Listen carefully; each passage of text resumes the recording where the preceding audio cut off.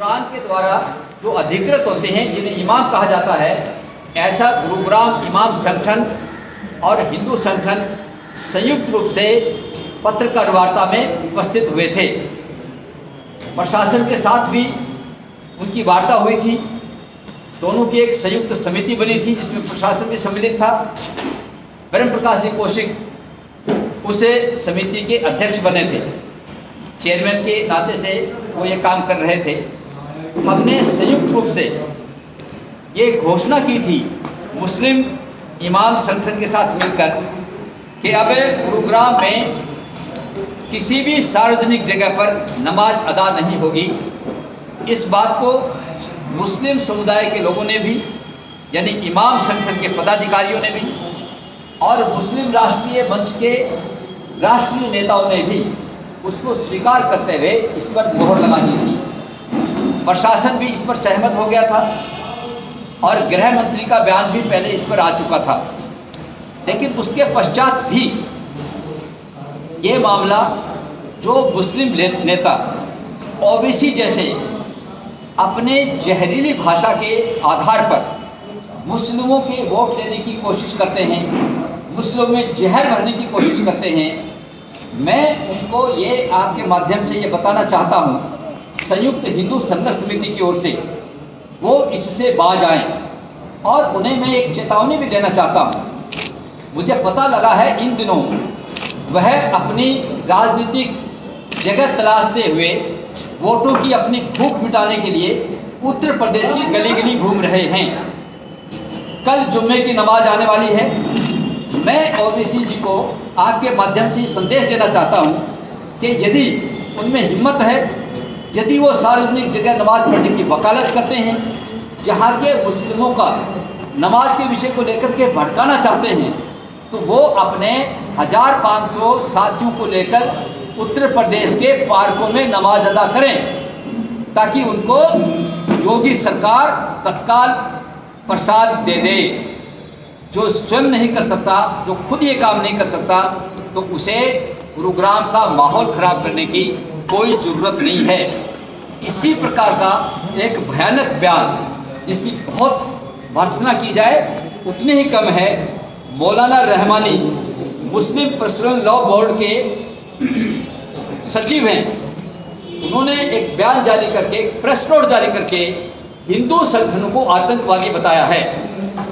मैं आपके माध्यम से इसकी कड़े शब्दों में निंदा करता हूं और भारत सरकार से यह मांग करता हूं कि इस बोर्ड को भंग करके ऐसे जहरीले व्यक्ति के खिलाफ कार्रवाई होनी चाहिए। अभी विश्व में जितने भी टॉप पे 10 ऐसे आतंकवादी संगठन हैं, उनमें इस रहमानी की बिरादरी के लोग ही हैं। हिंदू संगठन जो देश के लिए काम करते हैं, जो अपने धर्म के लिए काम करते हैं, राष्ट्र की चिंता करते हैं, ऐसे संगठनों को, हिंदू संगठनों को जो जायज़ बात करते हैं, संवैधानिक बात करते हैं, उनको आतंकवादी बताना ये घोर पाप है। मैं उसकी निंदा करता हूं और उसके खिलाफ कार्रवाई की भी मांग करता हूं। ये वो लोग हैं जो अफजल गुरु को आतंकी नहीं मानते, लेकिन हिंदू संगठनों को आतंकी मानते हैं। उनके खिलाफ कार्रवाई होना बहुत आवश्यक है। मैं इस विषय को लेकर के 10 तारीख को हरियाणा के माननीय मुख्यमंत्री जी ने जो बयान दिया है उसकी सराहना करता हूं, उनका आभार व्यक्त करता हूं। उन्होंने 10 तारीख को हमारे 7 तारीख के निर्णय को प्रेस के साथ जब हम संयुक्त रूप से मुस्लिम समुदाय के इमामों की ओर से और हिंदू संगठनों की ओर से जब आपके सामने मुखातिब हुए थे, तो उस निर्णय को उन्होंने स्वीकार किया है और अपनी मोहर मुख्यमंत्री होने के नाते लगाते हुए सार्वजनिक जगह पर नमाज अदा करने को सहन नहीं किया जाएगा, ऐसे बयान की मैं पूरी प्रशंसा करता हूँ। लेकिन इसके साथ ही एक मांग भी मैं आपके माध्यम से उनसे करता हूँ कि ये बयान, इसको राजनीतिक बयान ना माना जाए, तो आधिकारिक रूप से हरियाणा सरकार के मंत्रिमंडल में उसकी चर्चा करके उसको पास करा करके एक अधिसूचना इस विषय को लेकर जारी होनी चाहिए जैसे उत्तर प्रदेश में है, ताकि इस पर हमेशा के लिए और इसे विषय को विराम लग जाए और कोई इसे बयान के साथ छेड़छाड़ ना कर सके। यह मांग मैं उनसे करता हूं और उनका आभार व्यक्त करता हूं।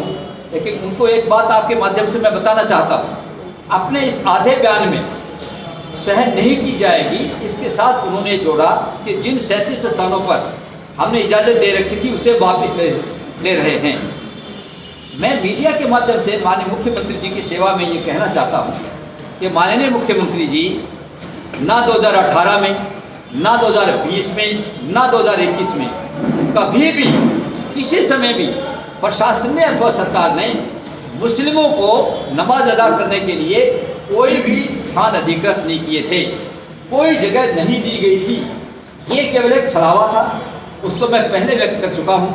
और जब ये बात हमने उठाई तब वहाँ पर चैनलों पर जो मुस्लिम जाहिल किस्म के लोग हैं जो बार बार ये कह रहे थे, अभी कल उन्होंने एक एंकर ने फिर इसको दोहराया है, इसने ओबीसी ने ये दोहराया है कि जब 37 जगह सरकार ने दे रखी थी साइन करके, ऐसा शब्द प्रयोग किया है। उस झूठे और मक्कार व्यक्ति को मैं बताना चाहता हूँ कि अपनी इस ओछी गंदी राजनीति से बाज आए और हिंदू मुस्लिम झगड़े को बढ़ाएं नहीं, उनकी भावनाओं से खेलें नहीं।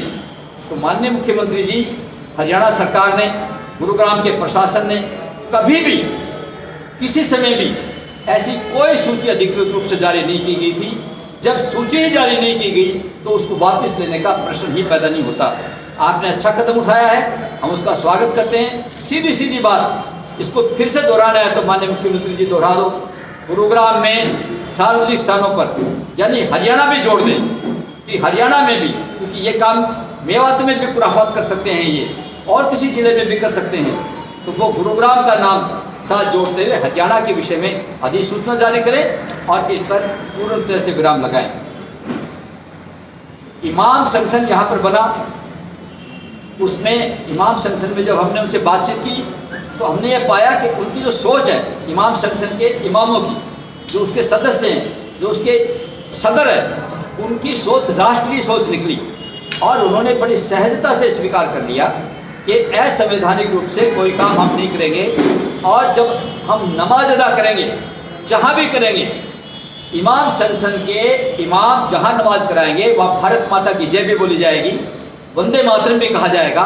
और जब उनके साथ चर्चा होगी तो देश के हित में चर्चा किया करेंगे। किसी प्रकार की जहरीली बात कोई इमाम किसी भी इबादत करने वाले मुस्लिम से नहीं कहेगा। ऐसे इमाम संगठन जो गुरुग्राम में है, हम हिंदू संघर्ष समिति की ओर से उनका इस तरह से स्वागत करते हैं और उनकी इस सोच का आदर करते हैं। ऐसे ही इसी विषय को लेकर एक पूर्व सांसद हबीब, उसने भी हम हिंदूवादी संगठनों को नाम लेकर के जो गुरुग्राम में इस नमाज को लेकर के अपना आंदोलन चलाए हुए हैं, उनको आतंकवादी कहा है। मैं कानूनी कार्रवाई भी उनके खिलाफ करूंगा अपनी संघर्ष समिति के द्वारा, लेकिन उसको मैं ये बता देना चाहता हूं कि उसकी राजनीति अब ज़्यादा दिन चलने वाली नहीं है। इस तरह से जो शांतिपूर्ण ढंग से, कितनी बड़ी बात है, आप सब मीडिया के लोग जानते हैं, भारत में इतना लंबा आंदोलन यदि कोई चला हो और उसमें हिंसा ना हुई हो, ऐसा केवल और केवल एक संयुक्त हिंदू संघर्ष समिति के द्वारा गुरुग्राम में नमाज के विषय को लेकर के जो आंदोलन चला, इसमें कहीं कोई हिंसा नहीं हुई, कहीं कोई छेड़खानी नहीं हुई, कहीं गाली गलौज नहीं हुआ। एक अति शांतिपूर्ण, अति अनुशासन में ऐसा आंदोलन हमने चलाया है। उसमें ऐसे हबीब जैसे जहरीले व्यक्ति को मैं चेतावनी दे रहा हूँ कि वो अपनी औकात में रहें और इस प्रकार के जहरीले बयान ना दें। यही इसी गुरुग्राम के एक अल्ताफ नामक व्यक्ति ने एक डॉक्यूमेंट्री फिल्म बनाई है, वो शायद आपके संज्ञान में भी आई होगी। उस डॉक्यूमेंट्री फिल्म के द्वारा मुसलमानों की भावना को भड़काने की कोशिश की गई है, जो निंदनीय है, गैर कानूनी भी है, ये अपराध की श्रेणी में आता है। मैं पुलिस प्रशासन से, हरियाणा के मुख्यमंत्री से, हरियाणा के गृह मंत्री से आपके माध्यम से ये कहना चाहता हूँ, ऐसे व्यक्ति की पहचान करके उस डॉक्यूमेंट्री फिल्म के आधार पर उसके खिलाफ तुरंत आपराधिक दंडात्मक कार्रवाई करें और उसकी जेल के शिकंजों में उसको शहजाद के साथ रोटी खाने का मौका दें। मैं ऐसी भी एक निवेदन सरकार से करना चाहता हूँ। मैं इसमें प्रशासन का भी आभार करता हूँ कि उन्होंने जब भी हमने उनके साथ बात की तो उन्होंने बड़ा सकारात्मक रवैया अपनाते हुए संयुक्त हिंदू संघर्ष समिति की बातों को गंभीरता से लेते हुए, और इसका भी एक कारण था क्योंकि पहले हमने ये तय करवाया, ये पूरा जो नैरेटिव है इसको ख़त्म कराया कि मुसलमान कहीं भी नमाज पढ़ सकते हैं, उनको संविधान के द्वारा अधिकार है, उनको मौलिक अधिकार है। वो केवल आधी बात कहते थे कि मौलिक अधिकार में भारत के प्रत्येक व्यक्ति को अपनी धार्मिक आस्था को व्यक्त करने का अधिकार है। हम भी मानते हैं नमाज होनी चाहिए, दिन में 5 की बजाय 10 बार भी करें तो कोई आपत्ति नहीं है, लेकिन ये कहीं नहीं लिखा है कि सार्वजनिक जगह का प्रयोग नमाज के लिए किया जा सकता है। तो जब ये बात प्रशासन के ध्यान में दिलाई, लिस्ट फेक है, फ्रॉड है, लिस्ट का दुरुपयोग किया जा रहा है, ये जब ध्यान में दिलाई तो प्रशासन ने भी पूरे दिल खोल करके और पूरी हिम्मत के साथ इस आंदोलन में संघर्ष समिति का, हिंदू संगठनों का पूरा साथ दिया। आज आपके माध्यम से भी चूँकि अब इस विषय को विराम दे रहे हैं, ये विषय अब पूरी तरह से सफल हो गया है और ये स्थापित हो गया है विजय के साथ कि अब ये नमाज यहाँ खुले स्थानों पर नहीं होगी। मैं उनके प्रति भी आभार व्यक्त करता हूँ। ये इस प्रकार की आज मैं आपसे चर्चा कर रहा हूँ। ये विषय जो 2018 से चल रहा था, बीच में कोरोना काल आ गया। कई लोग पूछ रहे थे कि 2018 में अगर 37 जगह पर नमाज पढ़ रहे थे जबकि वो एक दिन के लिए था, तो अब क्या दिक्कत हो गई है? ऐसा 15 मिनट अगर पढ़ लेंगे तो क्या दिक्कत हो जाएगी? तो ऐसे जो नैरेटिव स्थापित किए जा रहे हैं, हम उनका पुरजोर विरोध भी करते हैं, उसकी भर्त्सना भी करते हैं। और जो बाहर बैठे लोग हैं, इस गुरुग्राम से बाहर, हरियाणा से बाहर, वो अपनी रोटी किसी और तरीके से सेकें, अपनी राजनीति करें, अपने वोट बटोरें, लेकिन इस विषय को लेकर के मुस्लिमों की भावनाओं से खिलवाड़ करना पूर्णतः बंद करें। ये खास करके ओबीसी जैसे जहरीले लोग, जिनके मुंह से, जिनकी ज़बान से कोई अच्छी बात निकलती नहीं है, ऐसा मैं निवेदन करता हूं कि वो इससे बाज आए। मैं आपको आमंत्रित करता हूं, यदि इस विषय को लेकर कुछ प्रश्न आपके मन में हो।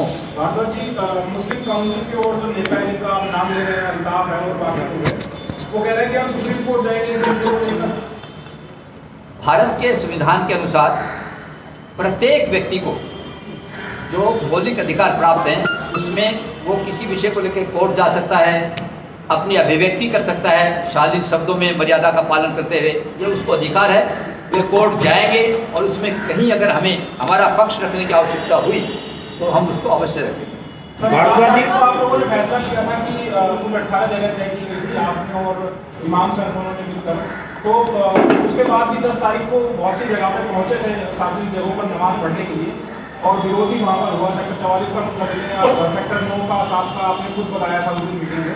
तो क्या अगर इस बार भी कल भी अगर कहीं पहुँचते हैं सार्वजनिक जगह पर नमाज पढ़ने के लिए, तो विरोध रहेगा आप लोगों का या फिर विराम लगा रहे हैं विरोध? बिल्कुल, बहुत अच्छा प्रश्न है आपका। 7 तारीख और 10 तारीख के बीच समय कम था। इमाम संगठन ने अपने जिम्मे लिया था कि हम सब जगह सूचना देंगे कि पहले से जो निर्धारित मौखिक रूप से कुछ समय के लिए जो 20 स्थान तय किए गए थे, जिनको धीरे धीरे रिड्यूस करके 0 पर लाना था, हम उन पर सूचना देंगे।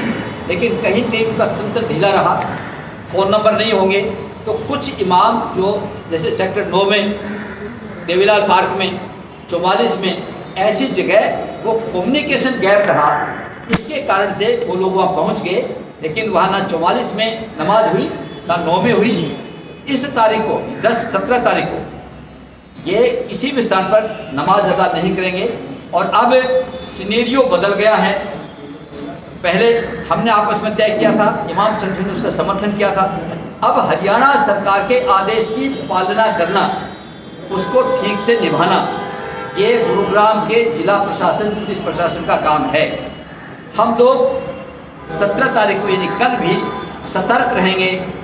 जहाँ भी इन स्थानों पर जो पहले से पूर्व 37, उसके बाद 20 ऐसे जो स्थान उस समय के लिए थे, उनमें यदि कोई नमाज अदा करता है, पुलिस को तुरंत सूचना देंगे, उनकी फ़ोटो करेंगे, उनके वीडियो बनाएंगे। पुलिस और प्रशासन का यह कहना है कि इन स्थानों पर आदरणीय मुख्यमंत्री जी के आदेश के बाद कहीं नमाज नहीं होगी। लेकिन ये जो स्थान इनसे हट कर के 5 और 1 6 स्थान जो तय किए गए थे कि ये जल्दी ही अस्थायी तौर पर, ये शब्द उसमें प्रयोग है उनके आवेदन में, ये आवेदन मुस्लिम इमाम संगठन ने किया है प्रशासन से। प्रशासन ने उनको शायद मौखिक रूप से अभी कुछ समय के लिए इजाज़त दी होगी, ऐसी मेरी जानकारी है। हिंदू संगठनों ने उस पर कहीं हस्ताक्षर नहीं किए हैं। हम कोई स्थान दे नहीं सकते हैं, हम स्थान को देना भी नहीं चाहते हैं, लेकिन यदि उस पर 1-2 हफ्ते जब तक वो पूरी तरह से कहीं ना चले जाएं तो उस पर हिंदू संगठन उसका विरोध नहीं करेंगे। इन 20 स्थानों पर अगर कहीं नमाज होती है तो वो प्रशासन को हम मजबूर करेंगे, सरकार को मजबूर करेंगे कि वहाँ पर ये बात ना दोहराई जाए। भाजपा की एक सवाल है कि जो नमाज को लेकर विषय उठा उसमें शुरुआत में आप लोगों ने भी खूब कहा था कि अगर कोई यहाँ का स्थानीय निवासी है वो नमाज पढ़ता है तो कोई आपत्ति नहीं होगी, बाहरी लोगों से आपत्ति नहीं। अब जो जगह तय हुई है, बहुत सी जगह ऐसा सुनने में आया है जो 12 मस्जिदें तय हुई है वो कई गाँवों के अंदर है, तो वहाँ के जो स्थानीय मुस्लिम हैं उनका ये भी कहना सामने आया है कि वो बाहरी लोगों को अपनी मस्जिदों में क्यों आने दें। तो क्या ऐसी कोई सहमति बनेगी कि जिस बाहरी को लेकर ये विरोध शुरू हुआ था, क्या अब जो गाँवों में मस्जिदें हैं क्या वहाँ के स्थानीय मुस्लिमों से आप लोगों की बातचीत हुई है कि सहमति निकालने की कि वहाँ भी कहीं ऐसा ना हो कि वहाँ के जो स्थानीय मुस्लिम आप वो विरोध करना शुरू कर दो, ये विषय खत्म ही ना हो। प्रवीण जी, सुनील जी, आपने बहुत अच्छा प्रश्न किया है, लेकिन हमारा इसमें बहुत साफ विजन है।